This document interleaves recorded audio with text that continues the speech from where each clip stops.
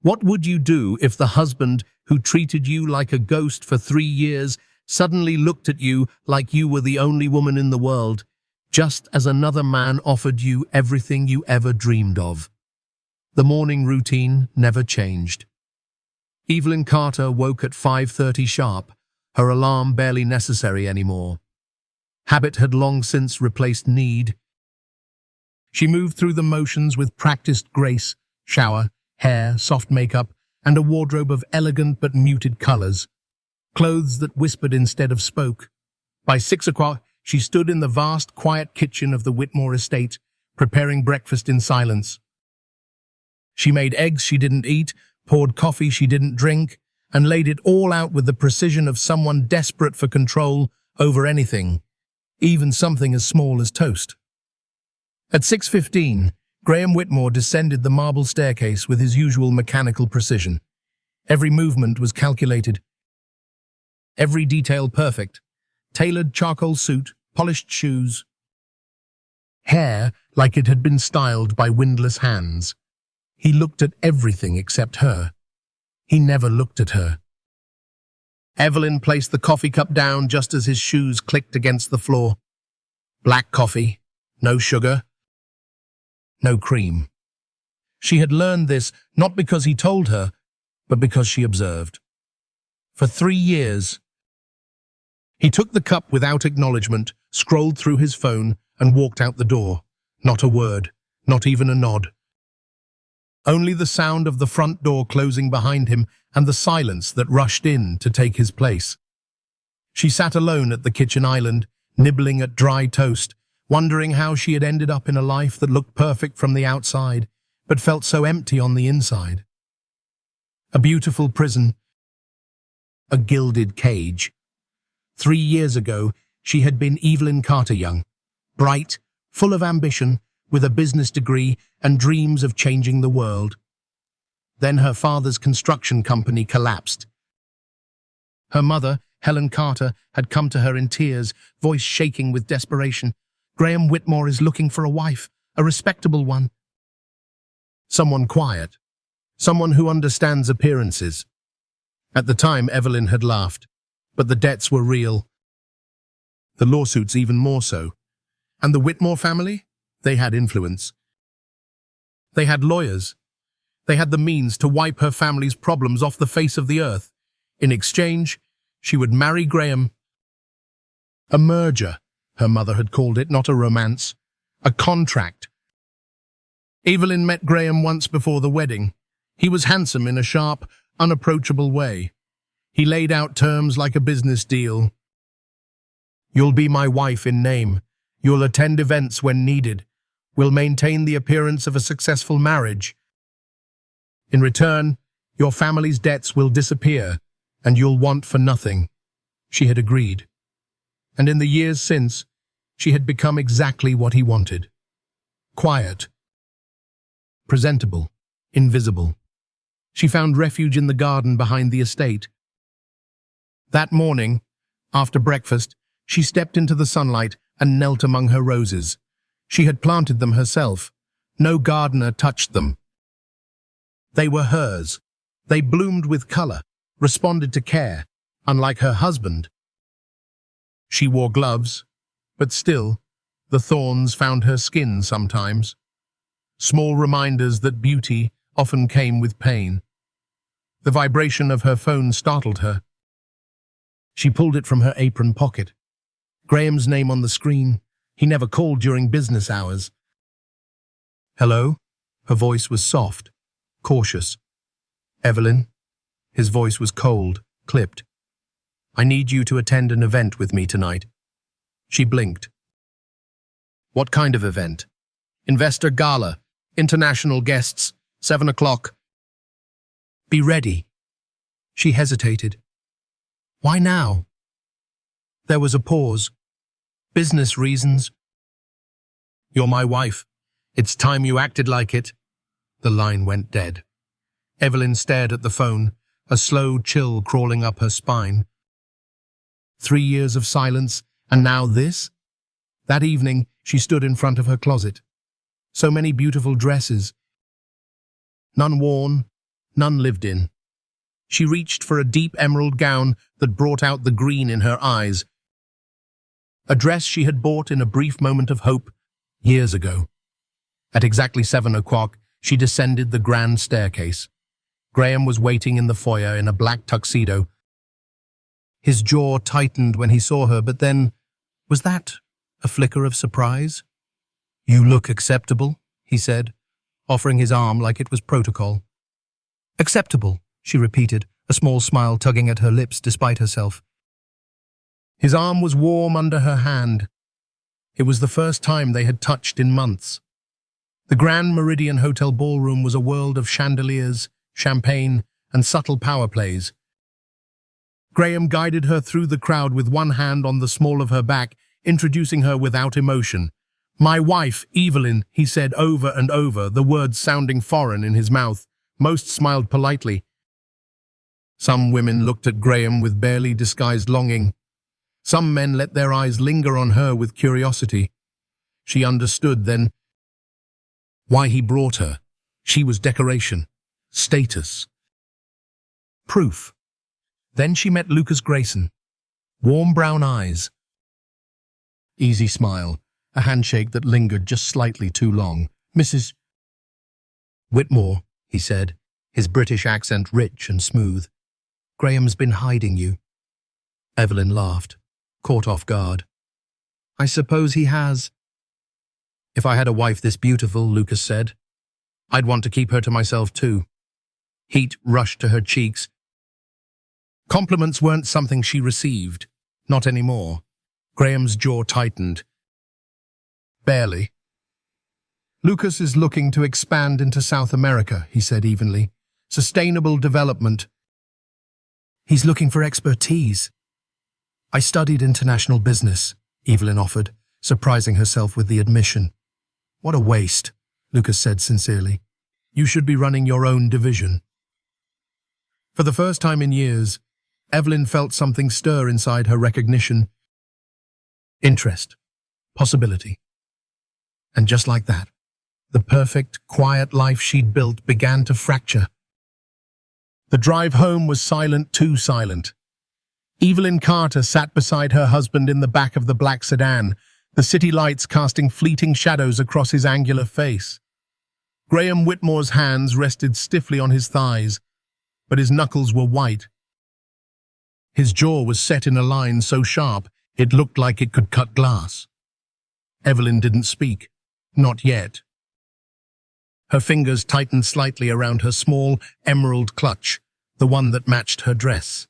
Inside was a card, Lucas Grayson's card. And with it, a ripple of something unfamiliar, curiosity maybe, or something even more dangerous. He had made her feel seen. And Graham hadn't. "Interesting evening," she said softly, testing the waters. Graham didn't look at her. "Grayson seemed quite taken with you." There it was, the first crack. Evelyn turned her head, studying his profile in the passing streetlight. "Is that a problem?" He finally glanced at her, his steel-grey eyes unreadable. "You're my wife." "On paper," she said, more sharply than intended. "You made that clear." They pulled into the long circular driveway of the Whitmore estate. The iron gates closed behind them with a heavy finality. Graham got out without a word and walked up the steps, expecting her to follow. But Evelyn hesitated. The garden caught her eye. In the moonlight, the roses she had tended with such care looked more alive than ever, and for a fleeting second, she wished she could stay out there forever. Inside, the house was cold, not in temperature, but in spirit. She walked past him without looking, heading straight for her separate bedroom. But his voice stopped her halfway up the stairs. "You are my wife, Evelyn, in every way that matters." She froze, slowly turning back. "Really?" "When did you decide that? Because for 3 years, I've been nothing more than a name on a legal document, a photo on your arm." Something flickered in his expression. A flash of regret or maybe pain, but then it vanished behind that familiar mask of indifference. "Things change," he said quietly. Evelyn let out a bitter laugh. Yes, they do. But sometimes it's too late. She walked away, leaving him standing at the foot of the stairs, alone in the dark. That night, in the privacy of her room, Evelyn placed Lucas's business card on the nightstand and stared at it. His words echoed in her mind. Someone like you should be making a difference. For the first time in years, she didn't cry herself to sleep. She simply thought. The next morning, something strange happened. Evelyn awoke not to silence, but to the faint sound of movement downstairs. Dishes, footsteps, a pan clinking against a stove. That couldn't be. She wrapped herself in a silk robe and padded barefoot to the staircase. And what she saw at the bottom stopped her cold. Graham Whitmore, still in his silk pajama pants and a plain white shirt, was standing at the stove. Cooking. The kitchen island was set for two. Fresh orange juice, hot coffee, warm lighting. Pancakes flipped on the pan with ease. She didn't know what was more shocking, that he was up late, that he was cooking, or that he looked almost human.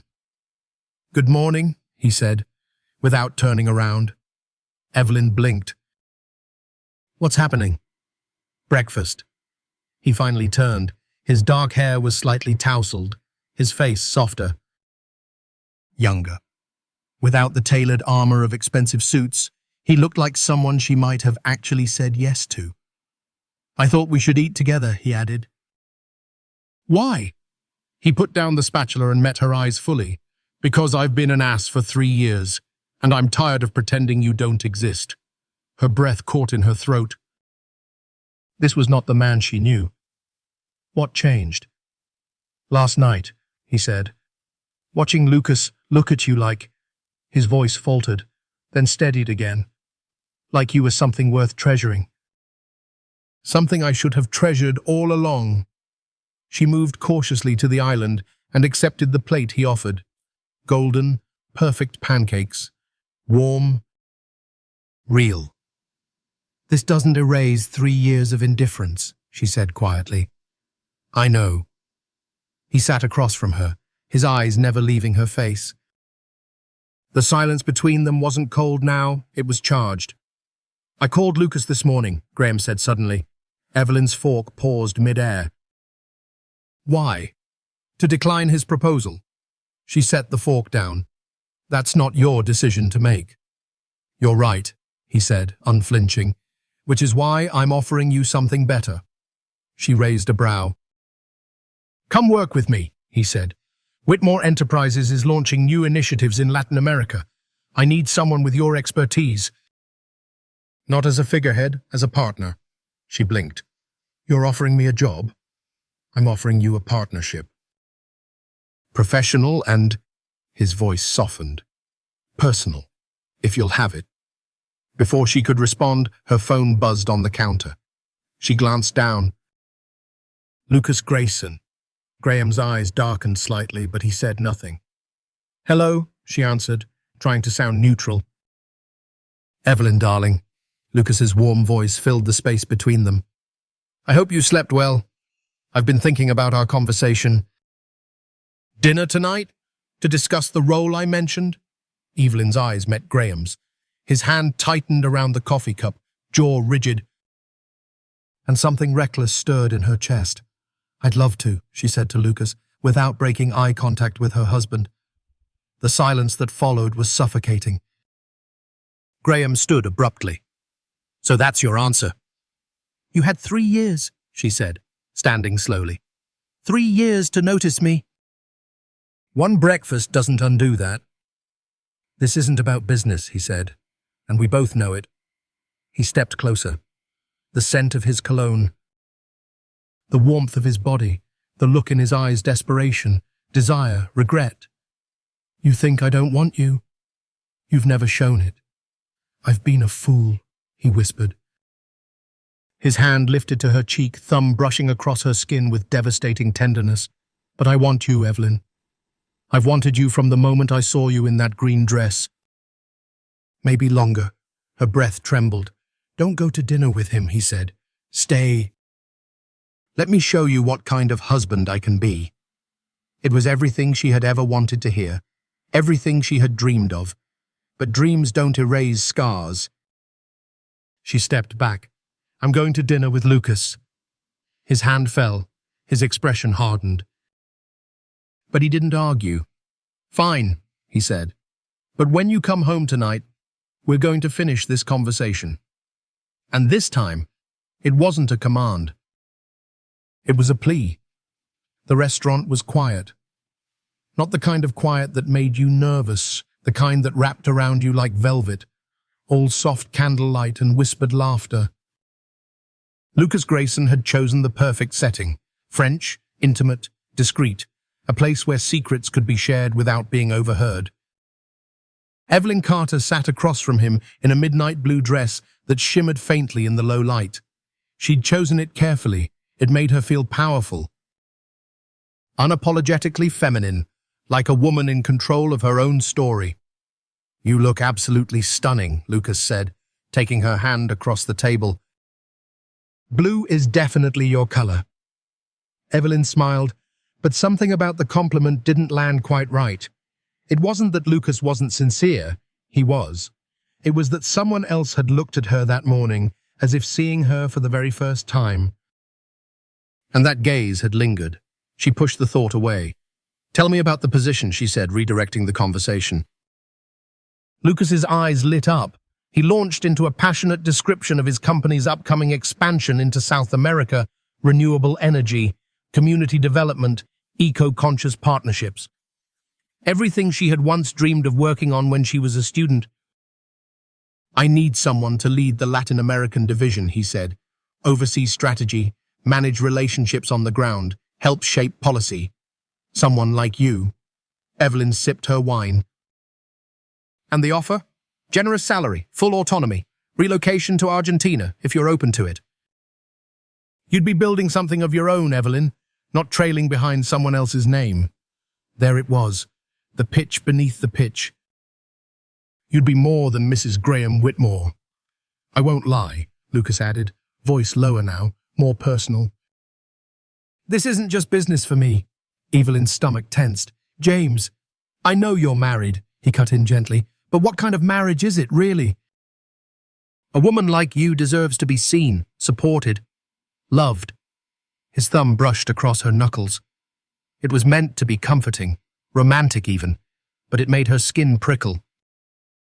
Because someone else had touched her hand that morning, not with flirtation, with regret. With something that felt real. Evelyn pulled her hand back gently. "I need time," she said. Lucas nodded, though a flicker of disappointment crossed his face. "Of course, but don't take too long. Some opportunities don't wait." The drive home was quiet. Lucas didn't press. He dropped her off at the front gate with a chaste kiss to the hand and a hopeful smile. Evelyn stood at the door of the Whitmore estate for a long time before entering. Inside, the house was dark, except for one light in Graham's study. She moved slowly through the hall, heart pounding. The door was open. Graham sat behind his desk. The top buttons of his shirt were undone, his tie draped carelessly over the back of his chair. His sleeves were rolled up, and his fingers tapped slowly against the wood surface. He looked up when she appeared. "How was dinner?" he asked, voice quiet. Evelyn stepped into the room. "Educational. Did he make you an offer?" She nodded. "A good one. Full control of a new project, salaries more than generous. And? I told him I'd think about it." Graham stood and walked around the desk, stopping a few feet from her. "What's there to think about?" he asked. "It's everything you've wanted." She looked into his eyes. "Is it?" That gave him pause. Evelyn stepped forward. "I thought I knew what I wanted, but this morning you made pancakes. You made coffee. You looked at me like I existed." "You do," Graham said softly. "You matter, Evelyn." "More than I ever let myself admit." Her heart clenched. "Prove it," she whispered. His eyes darkened. And this time, when he kissed her, there was no hesitation. His hands cradled her face as if she was something fragile, irreplaceable. The kiss wasn't just passion. It was apology. It was 3 years of silence crumbling under the weight of a single, overdue truth. I see you now. When they broke apart, breathless, Evelyn leaned her forehead against his. Don't take the job, Graham said. Stay, work with me. Let me earn the right to say you're my partner in every way. Her fingers curled into his shirt. For a heartbeat, she almost said yes. Then reality whispered. 1 night doesn't fix 3 years, she said, stepping back. I need more than words. His hand dropped to his side. I understand, he said, voice thick. The next morning, Evelyn didn't wake alone. Not in the physical sense, she was still in her room, but something inside her had shifted. Clarity. She dressed, walked downstairs, and found Graham already in the dining room, reading financial reports. He looked up immediately, as if waiting. Before either of them could speak, Evelyn's assistant entered the room. Mrs. Whitmore, she said, there's a Lucas Grayson here to see you. He says it's urgent. Evelyn's eyebrows lifted. Graham's posture stiffened. They found Lucas in the front lobby. He looked different. His hair was slightly out of place, his suit wrinkled. Something raw clung to him, panic maybe, desperation. Thank you for seeing me, he said, eyes locking with hers. I wouldn't have come if it weren't important. What is it, she asked. The Argentine project, he said, running a hand through his hair. It collapsed. Bad investments, corrupt partners. I could face charges. Graham's hand curled around Evelyn's waist instinctively. Protective. I need help, Lucas said, turning fully to her. From you. Evelyn blinked. Me? You know the market. You have connections now. I'll sign over 40% of the company if you help me rebuild. We can salvage it. Together. Graham said nothing, but Evelyn could feel the tension radiating from him. You helped me realize my worth, Lucas said. Now I'm asking you to use it. Evelyn looked at him, then at Graham. And something crystallized. A woman might build something on her own, or she might choose to build with someone who finally stood beside her, not in front of her. You're right, she said. I could build something on my own. Graham's breath caught, but I already have. She turned slightly, gesturing to the estate, to the man at her side. I'm not just Mrs. Whitmore anymore. I'm Evelyn Carter Whitmore. Partner, strategist, woman. Lucas looked like someone had knocked the wind out of him. I see, he said softly. I'm sorry to have bothered you. She stopped him at the door. I can't help you personally, but I know someone who might. Why would you do that for me? Evelyn smiled gently. Because even the people who hurt us sometimes help us grow. That night, the Whitmore estate didn't feel like a mansion. It felt like a home. Evelyn Carter moved through the hallways barefoot, her fingertips brushing the wood-paneled walls that had once felt cold and unfamiliar. But something had shifted. The space no longer echoed with silence, it hummed with possibility. She found Graham Whitmore in the kitchen. Yes, again. He stood at the stove in rolled sleeves and bare feet, his hair slightly damp from a shower. The scent of garlic and herbs filled the air, and Evelyn blinked as if trying to make sure she wasn't hallucinating. You're cooking again? She asked. He glanced over his shoulder. Don't look so surprised. I watched my family's chef for years. Figured it was time I learned something useful. She smiled in spite of herself and stepped closer. Smells amazing. Pasta with lemon butter sauce. Your favorite. That stopped her. How did you... Graham shrugged, stirring the pan. I may not have said much these past few years, Evelyn, but I noticed things. She sat on a stool by the island, watching him. The man she'd married had always been polished, professional, composed. But this version, relaxed, open, almost vulnerable, was someone she could barely recognize. And yet, her heart recognized him. They ate together at the kitchen island, No formal tablecloths, no crystal glassware. Just simple plates, soft music, and a bottle of wine. The conversation flowed easier than she expected. They spoke of old college dreams, childhood summers, ridiculous corporate board meetings.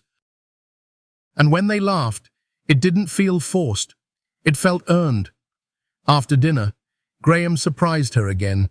He lit a fire in the living room, the flames casting warm gold across the furniture Evelyn had once picked out but never enjoyed.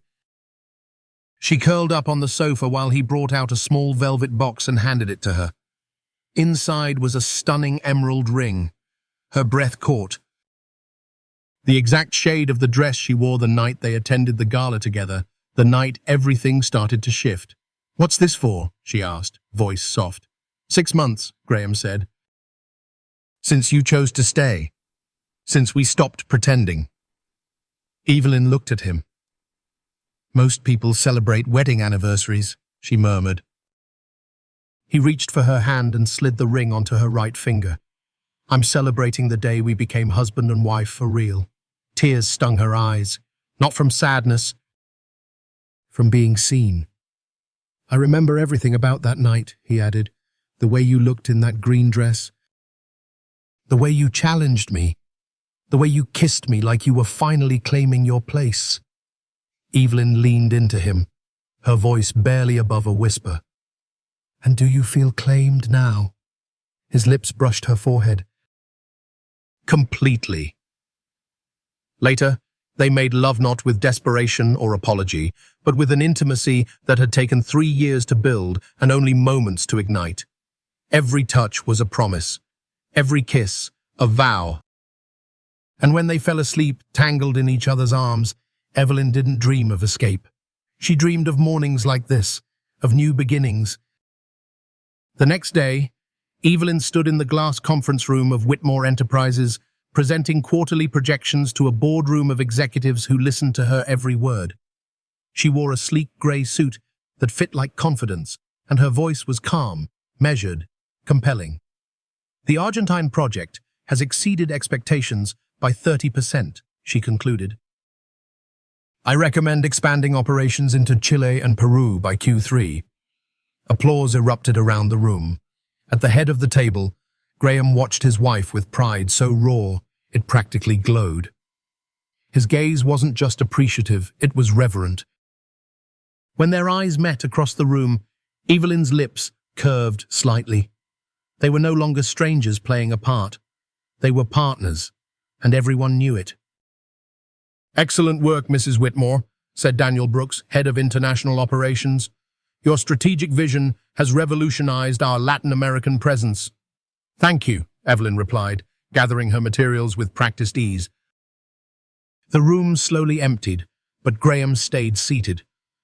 When they were finally alone, he stood and crossed the room, his expression far less composed than it had been during the meeting. He stopped behind her and placed his hands gently on her waist. "Have I told you how sexy you are when you're tearing through quarterly reports?" Evelyn laughed softly, leaning back against him. "Only about a dozen times today." "Still not enough," he whispered, lips brushing the sensitive spot behind her ear. She turned in his arms. "You're distracting," she murmured, looping her arms around his neck. "That's the point." He kissed her slow, lingering, like they had all the time in the world. And they did. That evening, just as they were leaving the office, Evelyn's assistant rushed over. "Mrs. Whitmore, there's someone here to see you." "He says it's urgent." Evelyn frowned. "Who?" "Lucas Grayson." She froze. So did Graham. They found Lucas in the lobby. His usually flawless appearance was slightly undone, tee loose, jacket open, the weariness of too many sleepless nights written all over him. "Evelyn," he said, standing quickly. "I wouldn't have come if I wasn't out of options." Graham stepped instinctively closer to his wife, but said nothing. "I'm in trouble," Lucas continued. "The Argentine project collapsed. I made bad calls, trusted the wrong people. I'm facing losses, legal trouble." "I'm sorry," Evelyn said gently, but warily.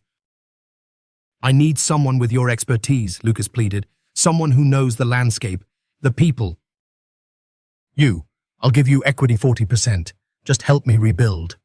Graham's jaw tensed, but his hand didn't tighten around hers. He was still, waiting, letting her choose.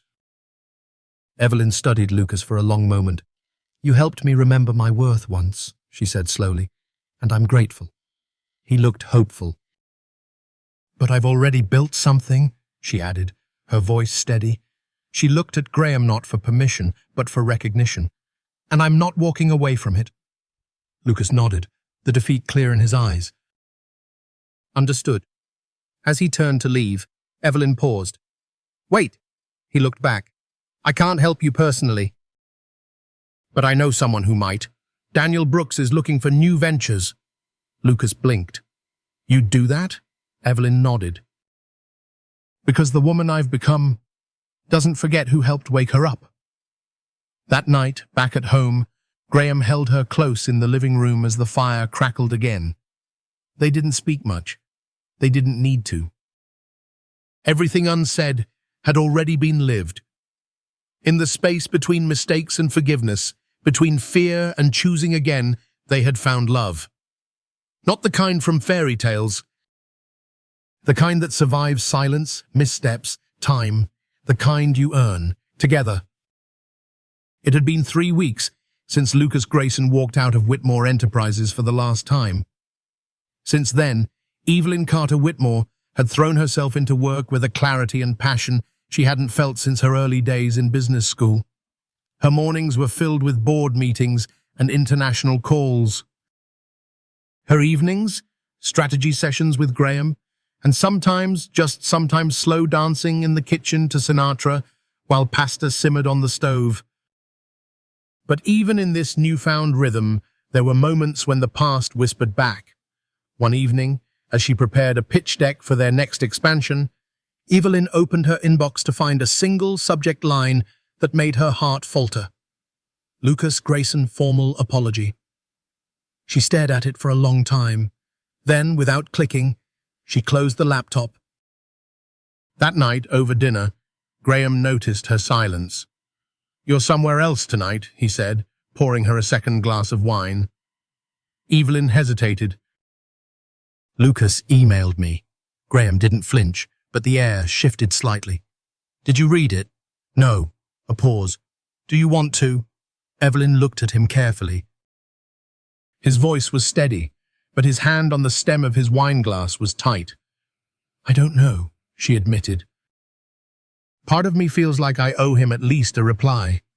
You don't owe him anything, Graham said evenly. But I owe myself honesty, she said gently. That chapter shaped me, even if it was short.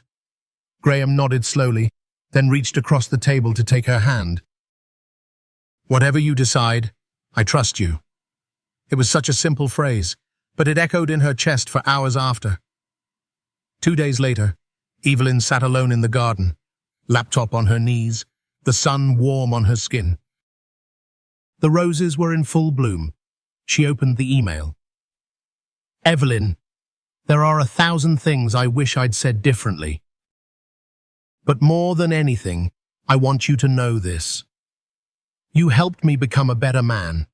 Watching you stand in your power reminded me of what integrity looks like. I lost the business. But I think I gained something more valuable. Humility. If our paths cross again, I hope it's with mutual respect and no regrets. Thank you. Lucas. Evelyn closed the laptop, her heart quiet. There was no unfinished business here. Only clarity. That weekend, Evelyn and Graham attended a corporate retreat in Aspen, an exclusive 3-day event for tech and industrial leaders. It was the first time she and Graham were publicly seen not just as husband and wife, but as co-leaders. The change didn't go unnoticed.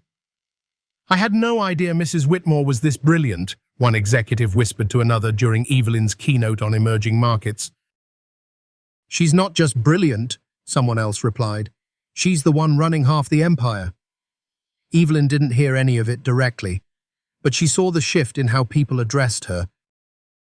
No longer as Graham's accessory, but as his equal. It thrilled her. and it terrified her. Because the higher she rose, the more there was to lose. That night, in their Aspen suite, Graham watched her brush her hair by the window.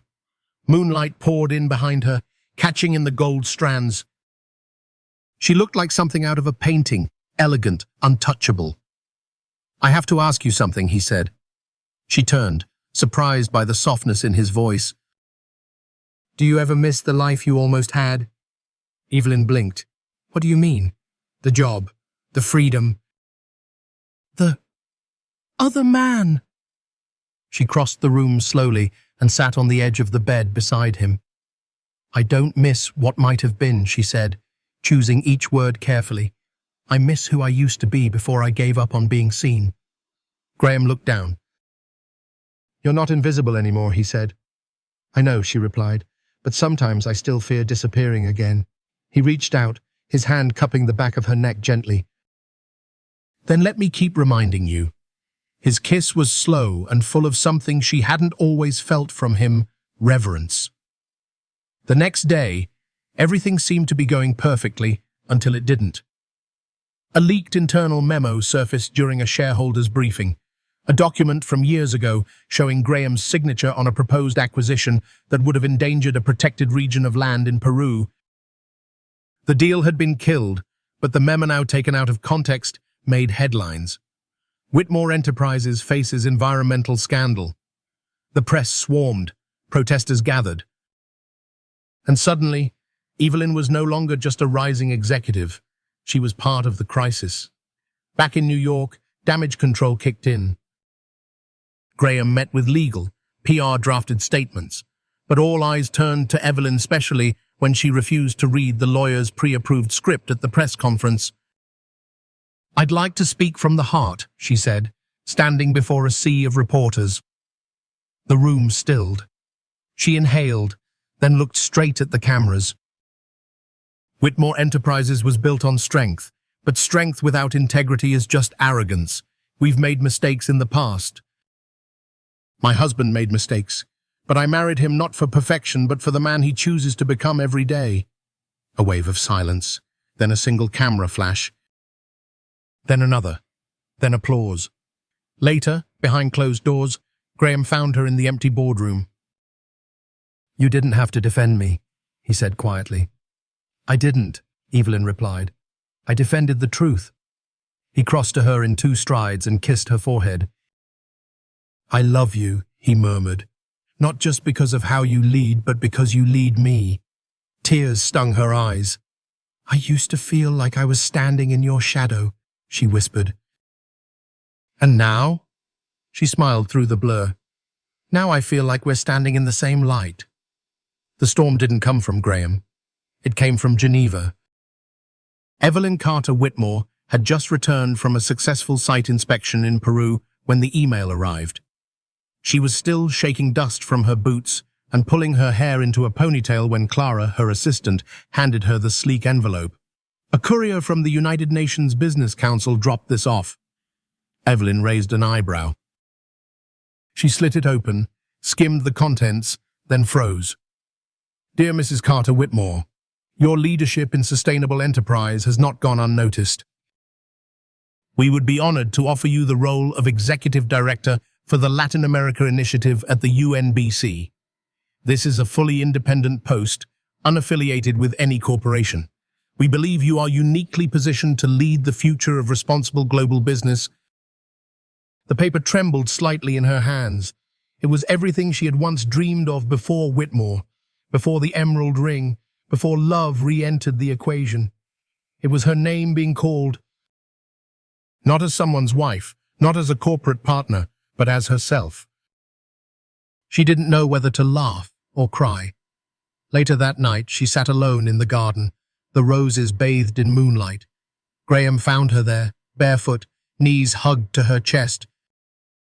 Her laptop sat unopened on the stone bench beside her. "I heard," he said gently. Evelyn didn't look up.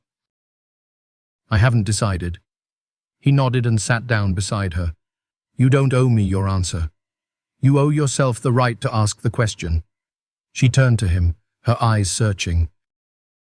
Who am I, Graham? He was quiet for a long moment. Then, you're the woman who challenged me in a ballroom. The one who turned Whitmore Enterprises into something better. You're the strategist who built partnerships across continents. You're the reason people think I'm more human than I really am. She let out a soft breath. I don't want to disappear into someone's legacy again, she whispered. Not even yours.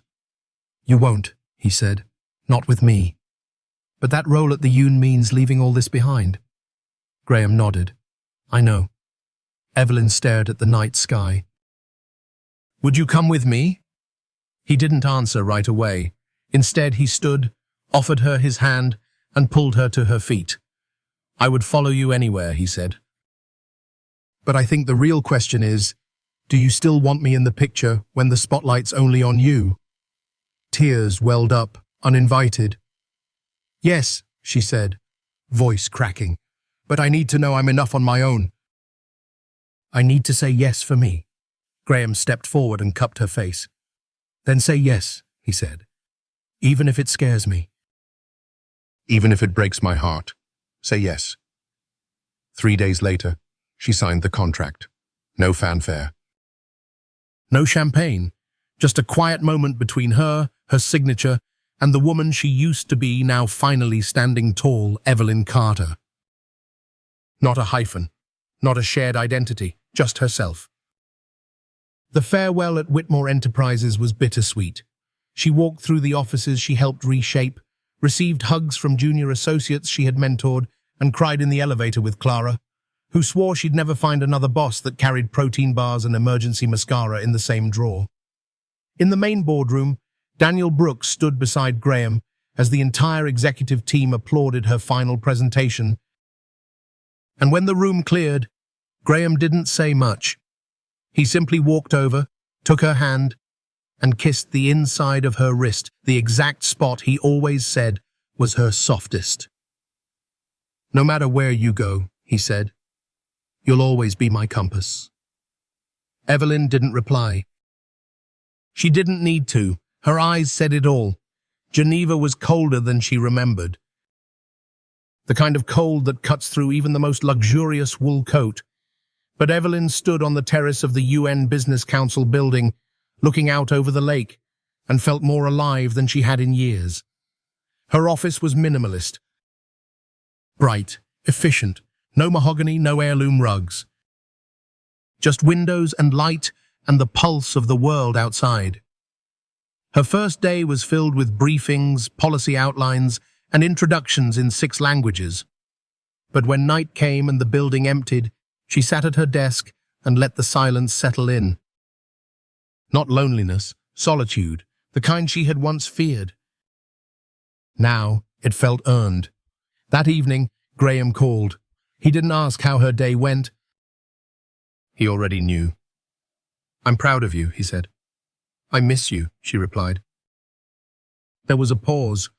Then come home soon, he said, or let me come to you. She smiled. Not yet. I need to feel this all the way through. 2 months passed. Her work at the UN earned headlines, not for the glamour, but for the grit. She pushed through policies that redirected funding to indigenous-run initiatives, introduced transparency standards across 6 governments, and forced oil giants to acknowledge the communities they'd long ignored. But amid the victories, there were days she stared at the phone, wondering why he hadn't called. Why she hadn't called either. Independence was powerful, but love required return. On the 92nd day of her term, Evelyn came home. Not to a press release or gala. To him. The garden was blooming out of season. Graham had quietly hired a horticulturist to make sure of it, and in the center stood a table. 2 candles, 1 emerald ring, not the one from their early months. A new one, a circle without sharp edges, without conditions. Graham stepped forward, nervous for the first time since she'd known him. You already said yes once, he said, voice low. But I'm hoping you'll say it again. Not because of contracts or debts or legacy, just because you want to. Evelyn's throat tightened. "I do," she whispered. And this time there was no hesitation, no imbalance, just two people choosing each other again, not out of need, but out of love. 6 months into Evelyn Carter's return from Geneva, the Whitmore estate was no longer just a home. It was a headquarters of the heart, but also of business, ambition, and the quiet friction that came when two powerful people tried to coexist under one roof. Morning sunlight streamed through the kitchen windows as Evelyn scrolled through her inbox. Her coffee sat forgotten on the counter. Across the room, Graham Whitmore leaned against the doorframe, half smiling as he watched her. "You realize it's Saturday, right?" Evelyn didn't look up. "Only means the inbox slows down by 20%. He chuckled. "You've become worse than I ever was." "Correction," she replied, finally meeting his gaze. "I've become better." They both laughed, but beneath the humor was a truth they had yet to fully confront. They were both leaders now, both used to setting the direction, and neither one easily yielded. The first real conflict came during a joint board meeting at Whitmore Enterprises. The topic: a potential merger with a biotech firm in Brazil. Evelyn had reservations. Too many ethical flags. Not enough transparency. Graham, ever the strategist, saw opportunity. Risk, yes, but major reward. "We can shape the policies from the inside," he argued. Evelyn shook her head. "You don't change the system by buying it. You change it by building better ones." The room went still. Half the board glanced nervously between them. Graham's jaw tightened. "Noted," he said coolly, and moved on. The meeting continued, but the tension followed them all the way home. In the car, silence filled the space between them like a third passenger. When they arrived at the estate, Evelyn didn't go inside. She walked straight into the garden and knelt beside her rosea sanctuary. Her place of clarity. Graham found her there 20 minutes later. "You were right," he said simply. She looked up, surprised. "About the merger, we dug deeper.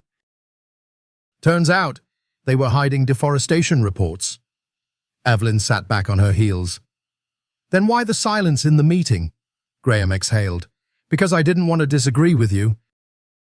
"Not again, not in front of the board." She frowned. "We're not here to protect each other's egos, Graham. We're here to challenge each other, respectfully, honestly." He knelt beside her. "I know, but I'm still learning how to be your partner, not just your husband." Her hand found his. "We're both learning." They began creating space for those conversations. One evening a week, no laptops, no strategy talk, just wine, music, and checking in. Not about business, but about them. "What scared you this week?" she asked once, curled up beside him on the couch. "That I'm becoming irrelevant," Graham confessed, voice low. "The world listens to you now in ways it never listened to me." Evelyn kissed the back of his hand. "Then maybe it's your turn to be the one who amplifies someone else's voice." Another night, he asked her, "What do you miss?" She paused. "Having my own space. My own rhythm. Geneva was lonely, yes, but also quiet. Here I feel watched." Graham didn't react defensively. Instead, he nodded. "Maybe we build you an office outside the estate. Yours alone." She smiled, touched. "You'd let me do that? I'd help you break ground." Their love matured through those talks. Less fireworks, more foundation. Less heat, more home. They learned that intimacy didn't always come from passion. It also came from being safe in each other's uncertainty. They even disagreed better. Evelyn no longer feared silences between them. And Graham stopped fearing that her strength meant his weakness. One evening, as autumn rolled in, Evelyn stood at the podium at a global business summit in DC. Graham sat in the front row, clapping louder than anyone else when she finished. A reporter approached them afterward. "Mr. Whitmore, how does it feel watching your wife take center stage?" Graham grinned. "It's exactly where she belongs. But do you ever feel overshadowed?" His answer came without pause. She's not casting a shadow. She's building light. And I get to walk in it. Evelyn, standing beside him, felt her heart crack open just a little wider. Later that night, back at their hotel, she turned to him in bed. "You really mean that?" Graham ran a hand down her back. "Every word. I used to think the only way to be seen was to step out from behind you. And now?" She smiled. "Now I realize. You were just waiting for me to step beside you." He kissed her, slow and soft, like a thank you. Then whispered, "Let's build something new. Not just the company, not just the life, but the legacy." Evelyn's eyes shone. "What kind of legacy?" "One where our kids someday look at us and know that love and ambition don't have to be enemies." Her breath caught. Kids. They hadn't talked about that. Not seriously, not yet. But the thought didn't scare her anymore. The envelope came in a navy blue folder embossed with a gold eagle. Evelyn Carter sat at her desk, sunlight streaming through the glass walls of her independent foundation office.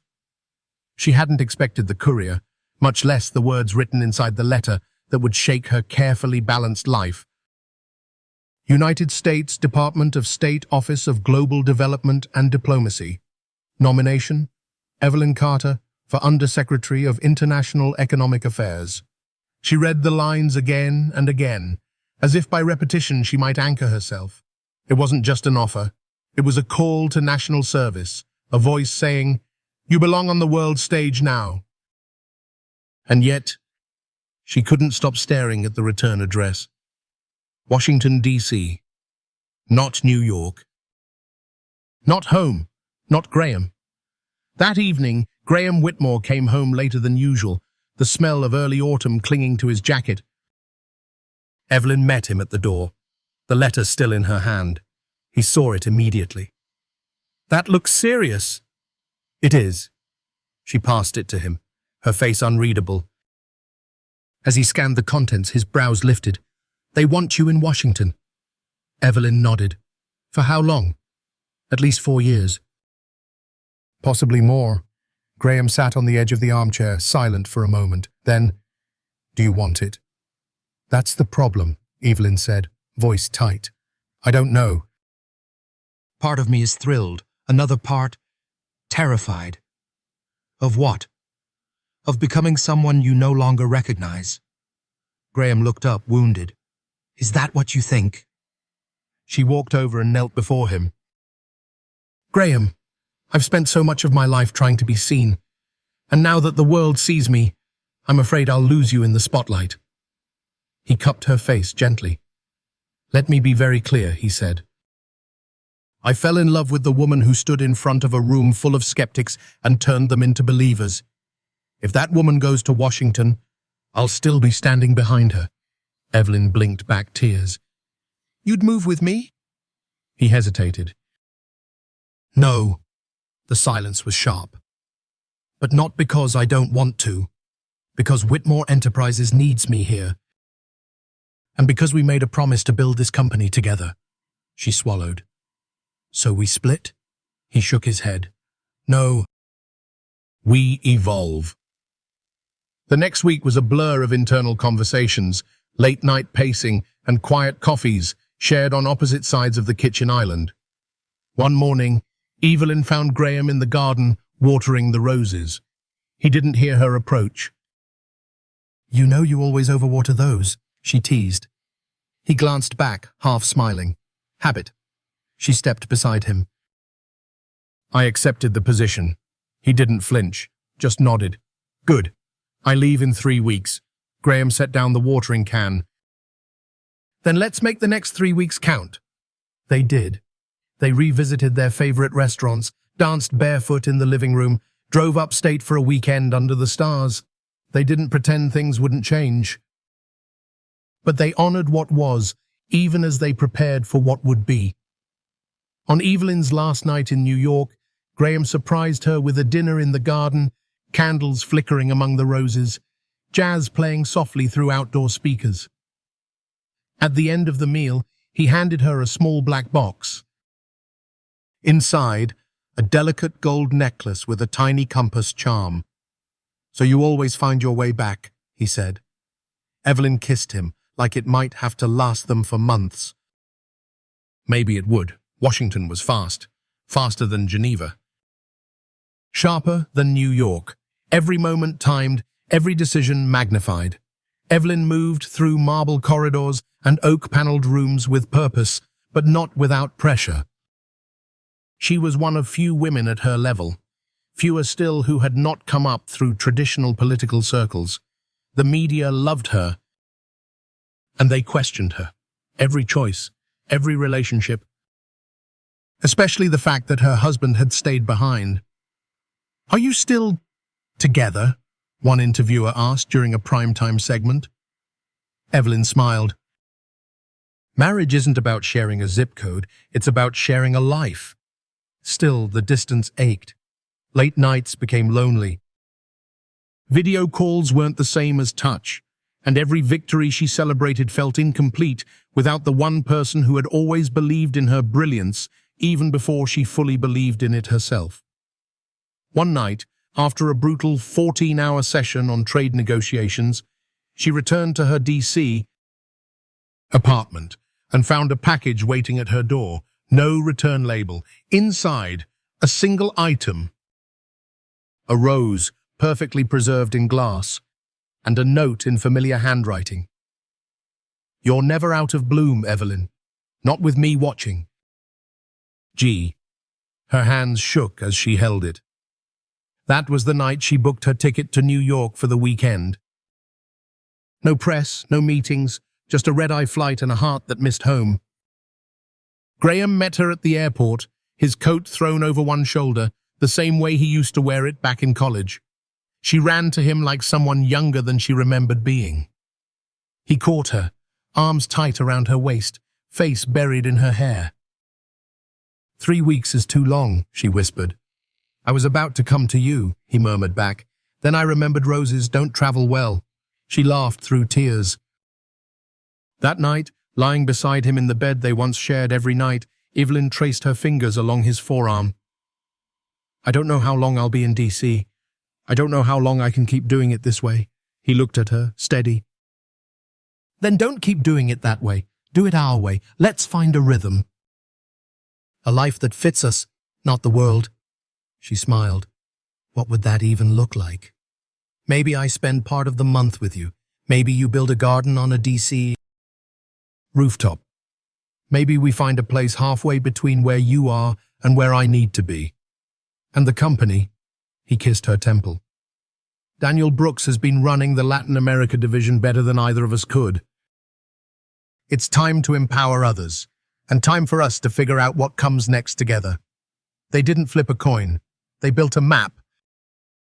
Over breakfast in DC, Evelyn Carter and Graham Whitmore pulled out a legal pad and started sketching what their life might look like if it didn't have to follow anyone else's script.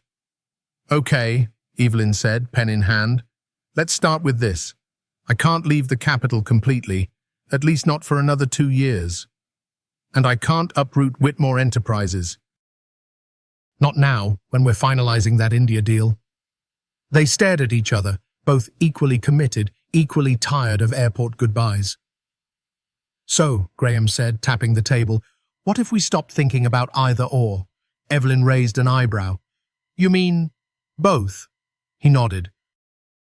"What if we had 2 homes, one in New York, one in DC? We split our time. We anchor to each other, not to places." She leaned back, considering. For most of her life, stability meant staying in one place. But love, she'd come to realize, wasn't about staying still. It was about staying close in heart, in mind, in purpose. "I think," she said slowly, "that might be the most radical act of commitment we've ever made." 2 months later, the rooftop garden on Evelyn's DC apartment had transformed. It wasn't extravagant. Just a dozen rose bushes in raised planters, a small wrought iron table, and one Adirondack chair that Graham insisted on painting himself, even though it ended up lopsided. They called it the Between, a space where neither of them had to be anyone but themselves. On weekdays, Evelyn championed global economic reform, briefed world leaders and shook hands with presidents. On weekends, she poured wine under the stars with Graham, who flew in every other Friday, tie loosened, stories from the boardroom tucked behind his easy smile. It wasn't perfect. Sometimes the schedules clashed, sometimes the distance wore thin. Sometimes the garden froze early and they argued over whether to bring the plants inside, but it was theirs, and they chose it every day. One Saturday morning, Evelyn sat on the rooftop, sipping coffee and reading a report. Graham emerged from the apartment with a manila envelope in hand. "What's that?" she asked. He handed it over. "Preliminary plans." She opened it to find architectural sketches, a modest home, 2 bedrooms, 1 shared office, a wraparound porch. Solar panels, floor-to-ceiling windows, nestled somewhere in the Blue Ridge Mountains. "Middle of everything," Graham said. "Middle of nowhere." Evelyn blinked. "You're serious?" "I'm dead serious," he said. "When this chapter ends, when DC becomes background noise, when Whitmore Enterprises doesn't need me every hour of every day, I want that to be our next page." She ran her hand over the sketch. It wasn't glamorous, but it felt like peace. That fall, Evelyn gave her most important speech yet. She stood before the UN General Assembly, outlining a new initiative that would shift trillions in international funding toward climate-resilient economies. It was bold, ambitious, controversial.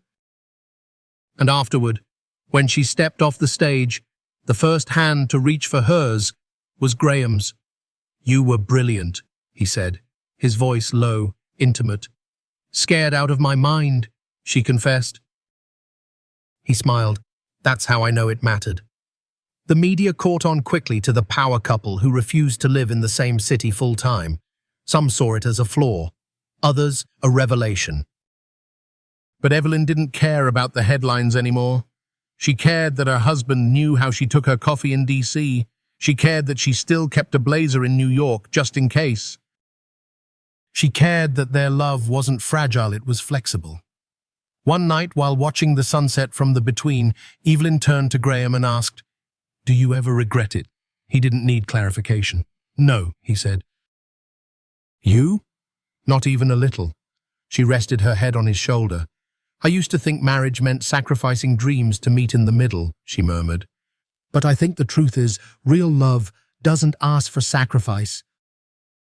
It asks for creativity." Graham kissed her forehead. "And a really good calendar app." She laughed, and it echoed off the buildings like music. 3 weeks before the new year, Evelyn received another offer. This time, not from a government, not from a think tank, but from a global non-profit founded by Women for Women. They wanted her to lead a multi-year campaign that would bring economic literacy to girls in conflict zones. It would require frequent travel, long hours, high risk. She told Graham over dinner. His response, "When do we start planning the first trip?" Evelyn stared at him. "You'd come?"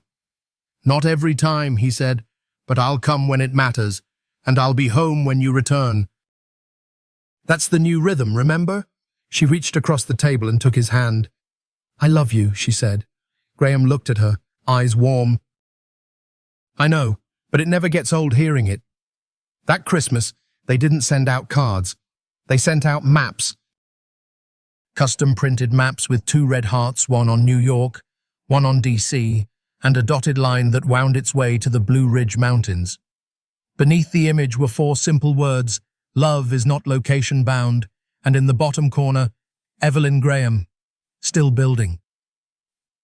Snow was falling in quiet spirals the morning Evelyn Carter stepped barefoot onto the porch of their mountain home. Not the kind of snow that shut down cities or disrupted flights, the kind that made you want to wrap yourself in a blanket, drink something warm, and believe in slow mornings again. She held a steaming mug of cinnamon tea, her breath rising in soft clouds as she looked out across the valley. Beyond the pines, a layer of mist curled over the hills, blurring the edge between earth and sky. Inside, soft jazz played on the vintage radio Graham had restored by hand. It had taken nearly 3 years, but the home they'd drawn on napkins and sketched on legal pads had finally come to life, not a retreat from the world, but a sanctuary within it. A place they had chosen, together. Graham emerged behind her, arms circling her waist, chin resting lightly on her shoulder. "I was wondering where you disappeared to," he murmured, voice still thick with sleep. "I couldn't sleep," she whispered back. "It's snowing." "I noticed," he said. "It's the kind of morning that makes you think everything's going to be okay." She smiled. "Maybe it already is." They stood there in silence, the kind that no longer felt like absence, but comfort. Later that day, Evelyn sat in their shared office reviewing a proposal from a Kenyan girls' cooperative she'd helped fund. Her non-profit had grown into something global, mobile, and powerful. She no longer led from a podium, but from a desk beside the window, where the mountains taught her how to slow down without losing purpose. Graham worked across from her, reviewing a philanthropic investment portfolio for Whitmore's new environmental branch. They didn't speak often during work hours, but every so often, one of them would reach out just to touch a wrist, a shoulder, a knee. Small reminders. "I'm here, you're not alone. This is still ours." That evening, they cooked together. Homemade pasta, roasted vegetables, a bottle of wine older than their marriage. After dinner, they curled up by the fireplace, her head on his chest, his fingers tracing lazy circles along her arm. "Do you remember," Evelyn asked softly, "that first breakfast you made me?" "The pancakes," Graham chuckled. "They were dry. They were perfect," she whispered, "because for the first time, I felt like you saw me." "I never stopped seeing you," he said. "I just didn't know how to look." As the fire crackled and the snow deepened outside, Evelyn turned in his arms and looked up at him with eyes that had weathered every season of their love. "I have something to tell you." Graham blinked. "Should I be sitting up for this?" She smiled. "I went to the doctor last week." He immediately sat straighter, concern flickering across his face. "I'm fine," she said quickly, "but—" Her voice trembled. "We're going to be parents." For a moment, Graham didn't speak, just stared at her. Then he laughed, the kind of laugh that came from somewhere deep, somewhere sacred. "Are you serious?" She nodded, eyes shining. He pulled her into his arms so tightly she could barely breathe. But she didn't want to breathe. She wanted to feel all of it. That winter was the most beautiful of their lives. Not because it was easy. There were doctor's visits, unexpected cravings, hormonal waves, and nights when the baby's kicks kept them both awake. But it was honest. And it was full. They decorated the nursery in soft greens and creams. Graham read every parenting book he could find, then promptly ignored most of the advice. Evelyn designed a flexible work schedule that allowed her to continue mentoring while still taking long afternoon naps without guilt. They argued about names. They argued about car seats. They made up over foot rubs and hot chocolate. In early spring, under a sky the color of hope, Evelyn gave birth to a baby girl. They named her Margot Grace Whitmore, a name that sounded strong and soft at the same time. The first time Graham held her, tears streamed down his face.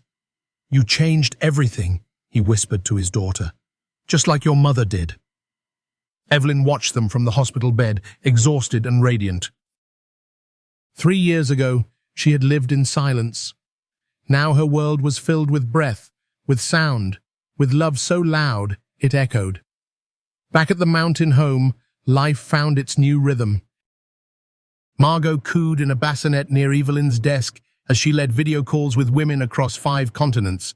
Graham installed a baby monitor in his office and took midday walks with Margot strapped to his chest, narrating quarterly reports as if she understood every word. They weren't chasing power anymore. They were nurturing legacy, not one built in marble boardrooms or global forums, but in lullabies, in early morning feedings, in moments that never made headlines but defined everything. One night, as they lay in bed with Margot sleeping beside them in her cradle, Evelyn turned to Graham. "Do you ever wonder how it all happened?" He smiled. "Every day. I almost said no to everything. To you. I almost didn't ask," he admitted. She traced the lines on his palm. "But we chose. Again and again, even when it was hard. That's the only way it matters," he said. "Love doesn't survive on promises. It survives on choosing." Evelyn closed her eyes, resting her head against him. And somewhere, outside the window, the mountains stood watch, silent, steady, eternal, just like the love they had built. A love not born from lightning but from fire, tended daily. In life, love doesn't always begin with fireworks. It begins with choice. For many older Americans, Evelyn and Graham's story is a quiet reminder that the deepest relationships are not built on perfection, but on persistence. They show us that marriage isn't just a ceremony or a contract, it's a daily commitment to see, to listen, and to grow alongside someone, even when it's hard.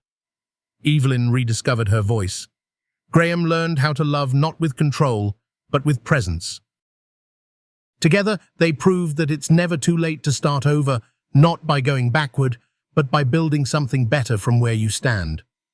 If you've ever felt invisible in your own relationship or wondered whether second chances are still possible, this story offers a gentle truth.